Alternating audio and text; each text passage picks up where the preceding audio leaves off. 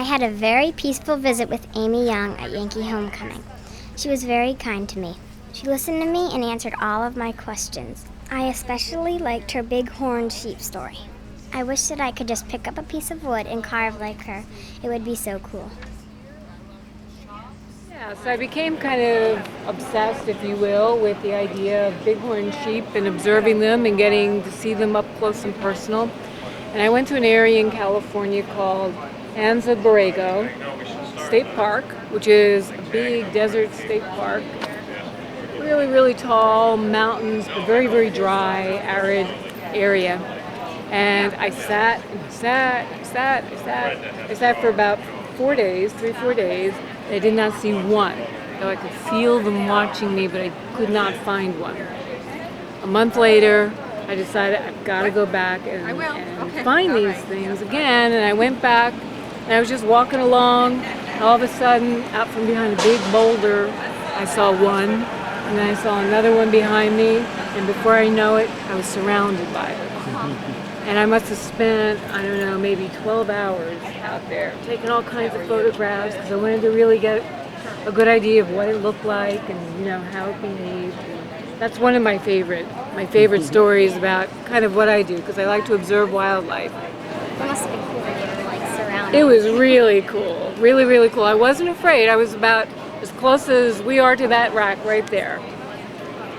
And no, I wasn't afraid. I knew, I don't know, just kind of like instinctively it was not going to harm me, and I guess maybe they knew I wasn't going to harm them either.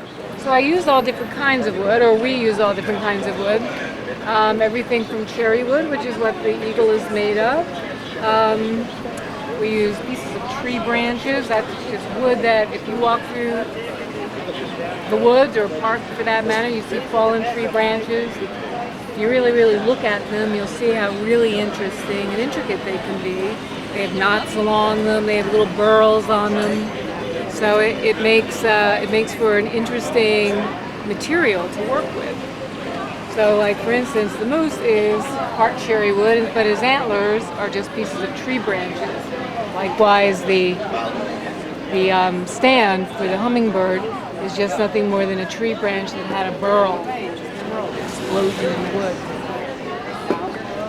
So cherry wood is used a lot. There's some tropical woods that are used like this. Is hibiscus wood. And in our part of the country, hibiscus wood is really just a plant.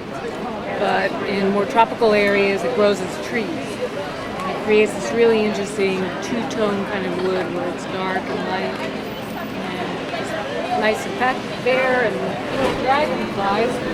We use just like a balsa wood, which is a very, very lightweight, thin type of wood, but it's good because it's nice and soft, so it's easy to work with, and it's good for painting or objects that you want to paint. I have another question. Yeah. What's the wood you use the most out of all of these? I'd probably say cherry wood is probably one of the most common woods that we use, and then also just scrap wood. Pieces of, like I said, tree branches, tree burls that you just would find in nature, and kind of like Mother Nature starts the piece, and then